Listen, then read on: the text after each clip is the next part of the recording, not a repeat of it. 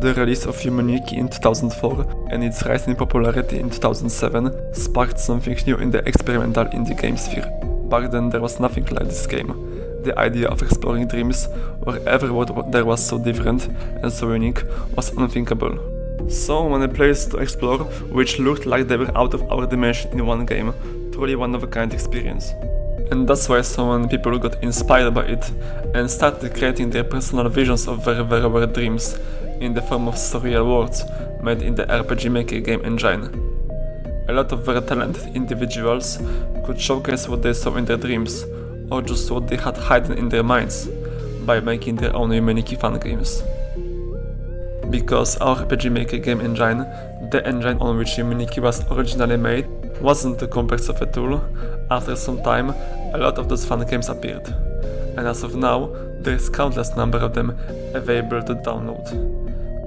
Stuff like .flow, yumenikki, LSDDM, and so on. But the problem with those Fangames is that some of them were pretty difficult to even open.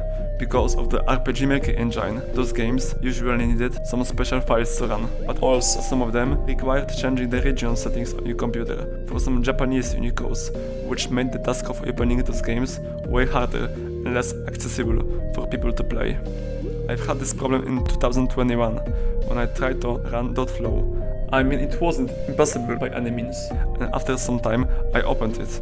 But the fact that you had to struggle that much just to open one game could be discouraging for some people, I think. Luckily enough, in late 2021, a very promising Yume Nikki fan initiative appeared, called Yume Nikki Online Project. It not only made launching Nikki fan games way easier, but also enabled playing with other people. Yume Nikki Online Project developers were hosting more and more fan games over time. Some less known stuff like Mikan Musou, Deep Dreams, Brain Girl, and more classics like yumenikki, Answered Prayers, and .flow.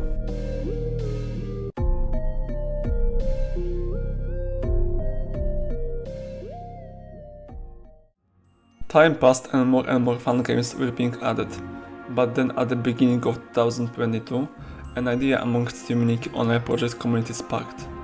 What if instead of hosting another Nikki fan games, they could make their own community creation, and this is how the development of Collective Unconscious started. It was meant to be first ever fan game that was playable only online. It was quite a hyped up project back then. Project hosts invited many people who were willing to contribute their art to create this game, and after over 2 years of work, on June 8, 2024, first exclusively online Yume Nikki fan game came to be. So let's examine how this game looks. Was whole hype around it justified? After opening this game, we are welcomed with mostly blue title screen containing a drawing resembling certain type of tree, some word signs at the top, the title of the game under it, and now 4 instead of 3 options to select. As always, there are new game, continue, and exit options, but developers of this project also added option to change language, very useful feature. By the way, in every Yume fan game hosted on this site, option to change language was added. Pretty convenient addition. Also music there is already very soothing, like some kind of hypnotic lullaby.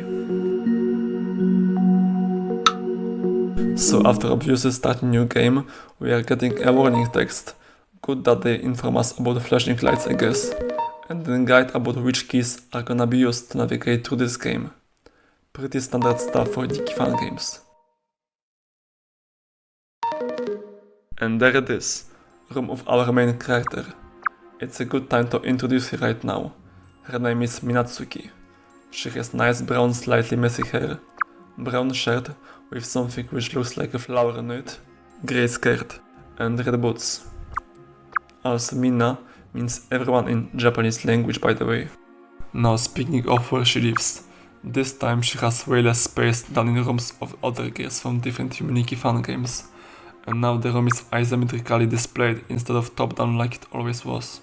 As of the contents of this room, we have nice bed, which this time serves as our saving place, and you can select from the diary covers menu films after unlocking them, and access settings, very similar to computer in Yume Nikki.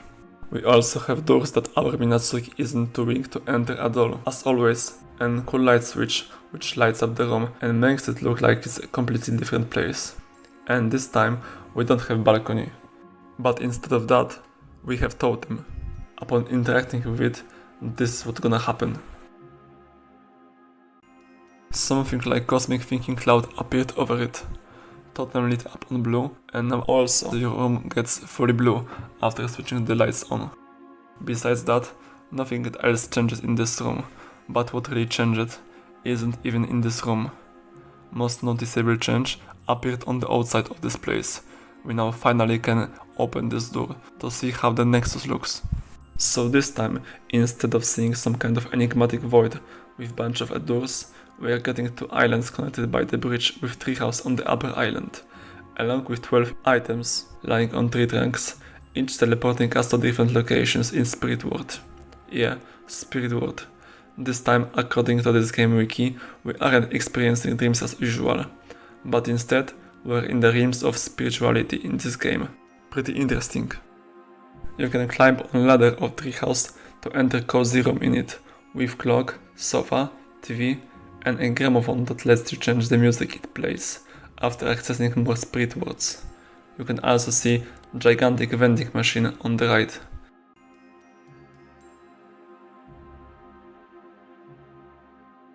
And pretty balcony at the top of the treehouse. So yeah, that's actually pretty dope place to chill.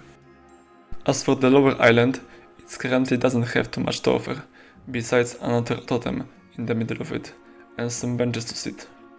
It's really empty island in comparison to upper one. My theory is that it's gonna serve as the place where the ending event is gonna happen. Because if you didn't know, at current moment, this game doesn't have an ending yet. It's very likely gonna be implemented in the future, since this game is still in development. As of time I'm recording it, it's an update 0.4.5. Also, I forgot to mention a very important key change which Collective Unconscious implemented into its gameplay. Now you don't have to search for any effect which makes you walk faster. Now all you have to do to move faster is just to click shift. That's a really convenient mechanic. It makes playing this game way better thanks to it. Speaking of effects, this game has some really interesting ones, and actually they aren't referred to as effects, but as eidolas. The cool thing with eidolas is the fact that almost every one of them has some significant usage, unlike in different fan games, where most effects are purely decorative. As of the time I'm recording this video, there are a total of 11 eidolas available to get. By far most important of them are Soulfire to burn NPCs, and Umbra to teleport yourself back to Nexus. Both of them require completing some kind of challenge to unlock them. If you wanna get Soulfire, you have to escape from those NPCs, which wake up after you interact with this wooden idol in Sky Mausoleum area, by burning those barricades, which block your way when you try to escape. You have to be very fast and use sprint to be able to keep Soulfire Idola. And for Umbra, you have to go to Void Snataf location to find this black hole-like area, and after obtaining this Idola, click 1 on your keyboard as fast as you can to keep it. Either way, you're gonna be teleported back to the previous section of Void Snataf until you be able to escape it. For the rest of Eidolas, we have Rodenshia, which can transform Natsuki to a mouse and allow her to go through tiny holes. Lumen, which works like lamp effect in Yume Nikki. It just brightens up dark maps, plus you can float over some places with it, similar to the spacesuit effect in Yume Nikki, plus it looks very fancy. We also have Spectral, which also enables you to float over some spaces, and works like glasses in Tuki. It enables you to sometimes see hidden objects in a couple of words. Next one is youth, which have same usage as rodentia. You can pass with it through small holes. And the climate, which is kind of like hybrid of umbrella and yuki-onna effect in Yume Nikki. You can choose one out of 3 forms of it to change the weather in your current spirit world. Also, kalimba, which allows you to play some music on guitar and kalimba.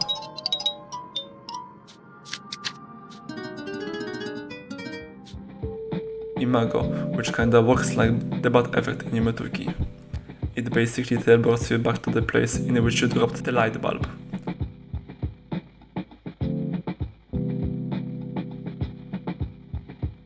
Amanita, which allows you to plant shrooms in your current location. And lastly, most interesting eidola which you can find in this game, Visage. It allows you to choose from visages, special outfits for Minatsuki. The cool thing about it is that you can get more and more visages in the game by unlocking them via certain conditions, similar to eidolas. So if you're done with collecting all 11 eidolas, you can grind to get all visages. My favorite one gotta be Wanderer Visage. It's pretty hard to get it, since you gotta find and interact with this Wanderer NPC 3 times in certain locations, based on the current time, and then go to Wanderer house to get it. But it's worth it, because of how dope looking this outfit is. Plus you can ride scooter by pressing 1 when you have this visage active on you. And obviously there are more of the pretty visages to unlock. I recommend to check out yume.wiki to see the rest.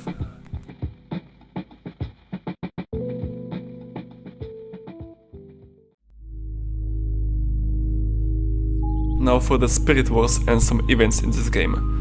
This game has tons of different worlds to discover. Currently there are over 400 locations to access there. So obviously, if I would want to cover even 10% of them, this video would be way too long. So instead of this, I want to highlight a couple of those which I found to be most interesting. So firstly, I want to talk about celestial platforms. This is very pretty and soothing area, consisting of floating islands, connected by ladders and with starry night landscape as a background. You can unlock here even one menu theme at the highest set island, very nice. But the main highlight about this area isn't its external part. At one of the higher set islands in this location, there is a small house of an NPC named Hoshiko. Her room is very dope, and she also have awesome scenery behind windows. But the problem is that her room is kinda too dark. Let's try turning the lights on. Unfortunately, every time we try to turn on the lights in her room, she instantly turns them off, over and over. If you didn't figure it out already, this room is collective unconscious developers take on Poniko room from Yume Nikki.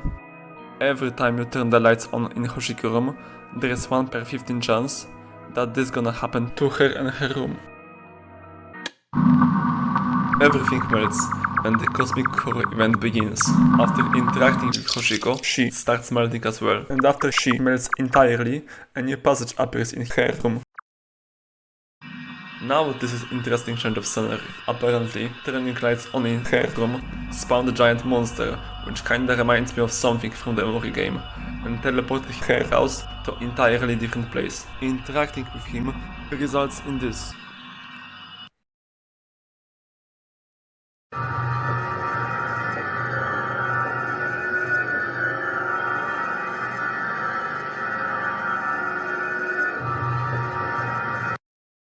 That was one of the most beautiful visual sequences which I saw in any Yume Nikki Fangame. Absolutely stunning cutscene. I have no words.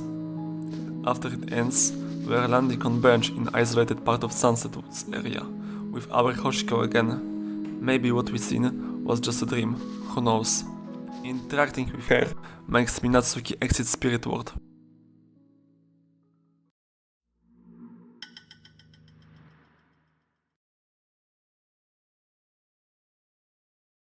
But speaking of Sunset Woods, this area is also amazing. It's placed in autumn season. The music choice there is great, and you can also see the moving reflection of evening sky. Very charming place to chill. Additionally, there's rift with red eyes there, in which you can access room of this TV girl NPC.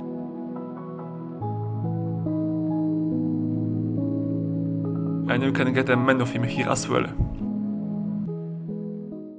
Speaking of chill places, now I want to mention one of my favorite locations from this game, Snowy World. It's gloomy winter world with its atmospheric soundtrack playing there. Map of it consists mainly of trees covered in snow, 2 big buildings and a small shop. Interior of this shop looks like this.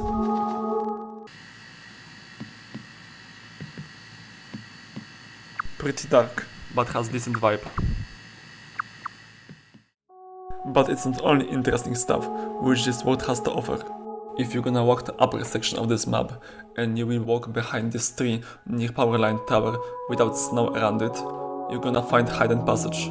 This passage with its terrestrial landscape is absolutely beautiful. One of my favorite segments of maps in this game for sure. Further there we have road which leads us to someone's cabin.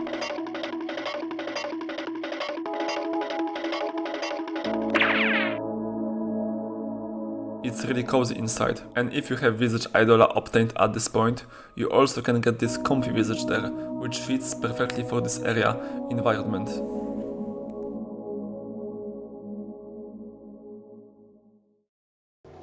I also want to mention the What's Wrong world, and yeah, this is the name of it, and well, it kinda makes sense why authors of it named it like that.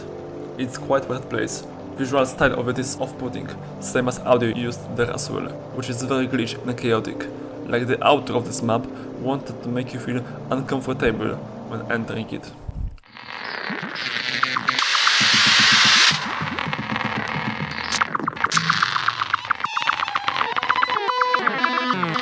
It's very epileptic too, because of visual effects used there. And it kinda gives me vibes of Gyra's final battle from game Earthbound. But overall, it's pretty interesting as a concept to make whole area to be intense sensor overload, which makes you want to escape from it as fast as you can, or at least that's how I interpret it. Like audiovisual cognitive hazard as word in this game. Moving on, now I want to talk about puzzles in this game.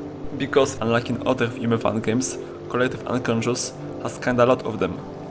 I mentioned some gimmicks which are needed to get first to eidolas already, but this game has more complex stuff too.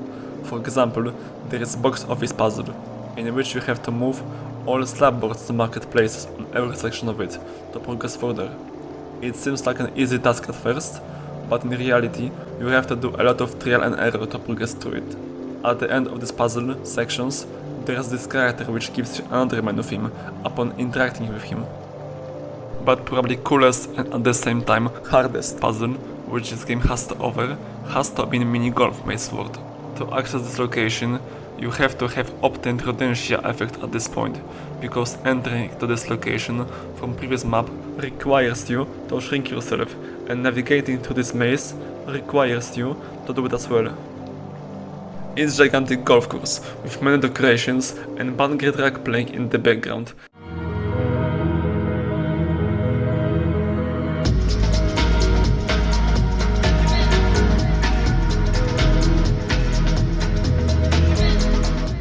In this golf course, you can hit the golf ball in any direction you want, and your goal is to hit the ball into the hole.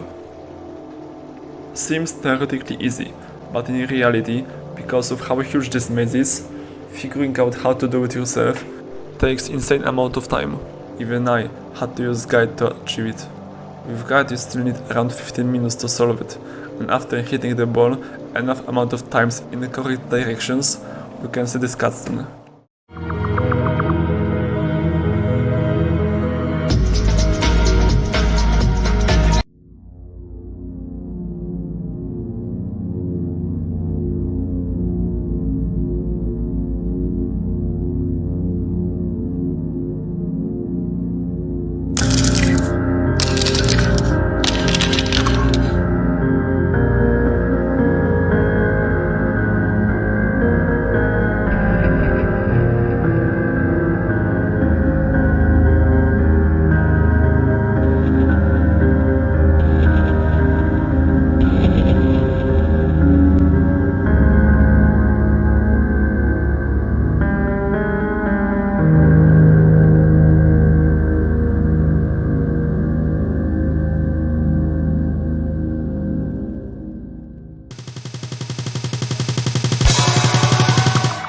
nice. Who could guess that Angel could hatch from this golf ball? Really cool. Besides that, you are also granted with another menu theme to get. This game has a lot of menu themes, by the way. As of the time I'm recording this video, there are 64 of them to get, and I unlocked almost all of them on my main save file. And now I also want to quickly mention another 3 visually pleasing places, before I move to talking about last one word, which I think is the most interesting one as of current state of this game. So firstly, Dream Fan.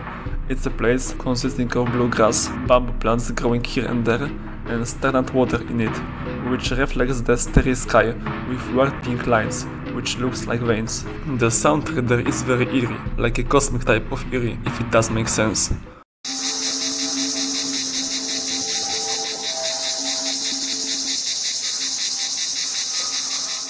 You can also see open mouths floating there from time to time, and some weird black holes. Also sometimes there is a chance to see this fleshy face laying in the stagnant water with its mouth open. Entering her mouth will lead to the follower event.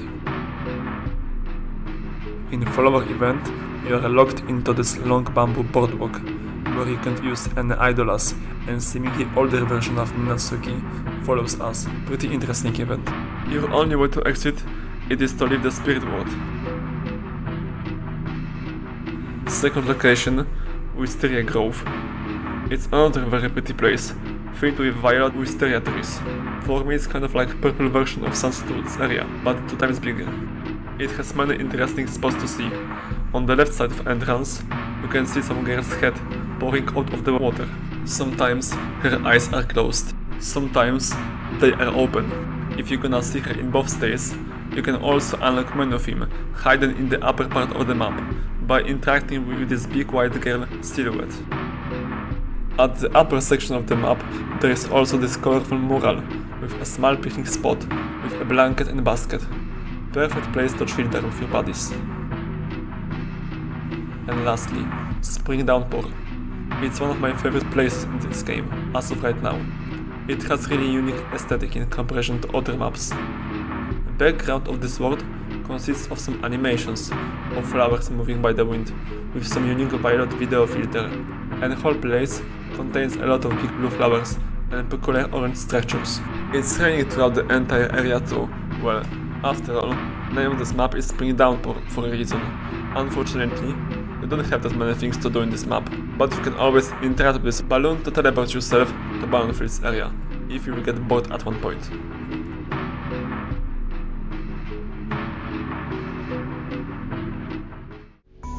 Now for the last word which I want to discuss, which is also, arguably, the most interesting one yet, Uncanny World. You can access it via Sunset Woods area. At first glance, it's just another retro-like world which most Nikki Fangames have, but in reality, it's not true at all. If you will go to top right corner of the map, world cutscene is gonna happen. The game checks if you have 4 random eidolas. To activate a certain event in this map, you optimally should have unlocked all eidolas at this point. And if your Minatsuki has all 4 eidolas, which are randomly selected, the blue silhouette of Minatsuki appears in front of us, and after that, we can enter this portal.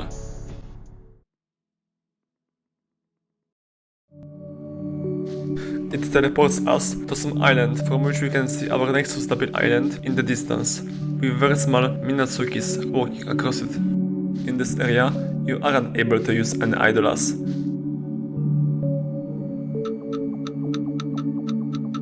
All you can do is open and close the menu and return to normal world. But if you're gonna spam the X key to open and close menu rapidly, you may notice that some Minatsukis on the island are leaving the spirit world. Every time you open menu here, there is 5 per 11 chance that one distant Minatsuki will return back to normal world, with 0.6 seconds cooldown after closing menu. When all of the mini Minatsukis will exit spirit world, the music gets more silent, to the point where there is no music at all.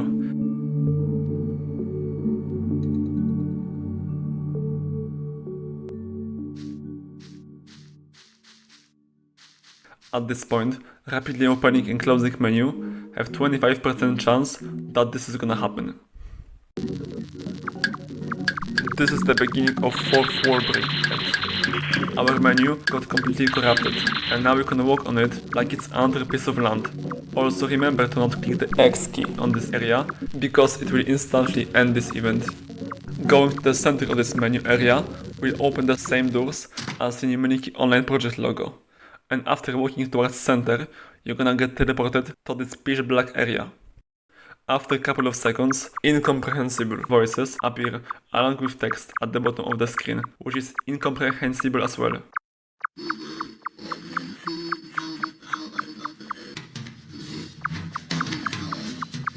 After that, from the steps of our Minatsuki, some plants will begin to sprout while she walks.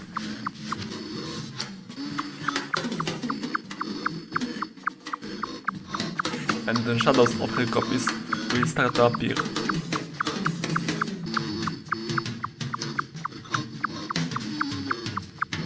After some time, screen goes completely black again, and then we are spawned into a very peculiar place.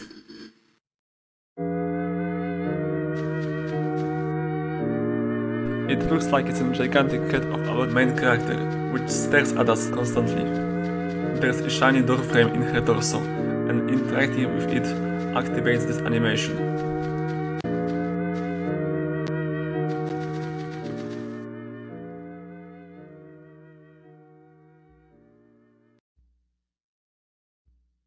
So it turned out that this big tree in the upper island of Nexus always was just a big Minatsuki based on this event. Quite a surprising twist. After that, this same door frame appears at the top of the screen, and we can only walk up or down there. After heading towards the bottom, we get teleported. It happens constantly, and every time Minatsuki crosses the bottom line of the screen, she gets faster and faster, to the point when you don't even have to hold the down key in your keyboard.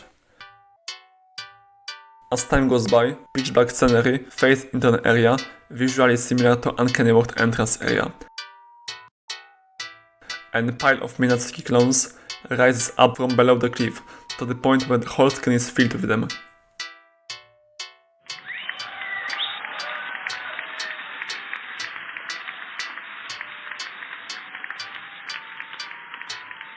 After that, we are teleported back next to one of the tents in entrance area of Uncanny World.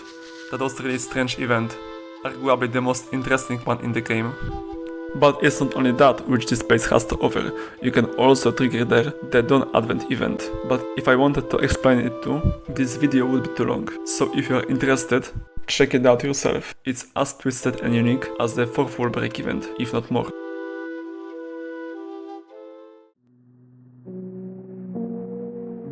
So yeah, also please keep in mind that there are a lot of more worlds to explore in this game. I unlocked every eidola and almost every monotheme and visage, but still I think that I've only seen around 50% of the game. So if you are really interested in it, based on what I've shown to you today, you should definitely check it out yourself to explore more locations which I didn't discuss or show today. Overall, I think that Collective Unconscious is a pretty solid fun game. It has a lot of potential to one day be something as big as Yume Nikki, maybe even better at some point, if some great wood authors or visual artists would join to this project. I'm really excited for what will come next. Although this game isn't updated that often, around one update every half a year, every update gives a lot of content. So many cool visages, monothemes and eidolas are gonna be added in future updates, and will increase the amount of content which this game has to offer. Maybe we will also finally get an ending too at one point. But even now, you have so much to discover yourself.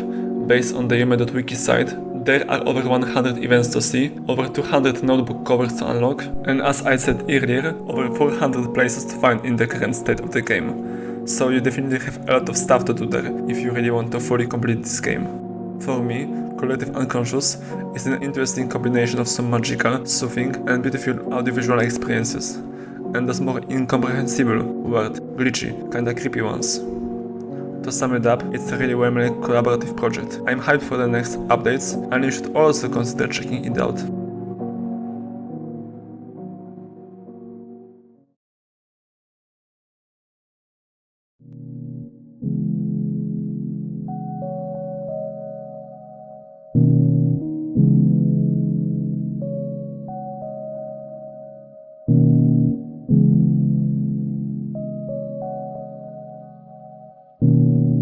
you.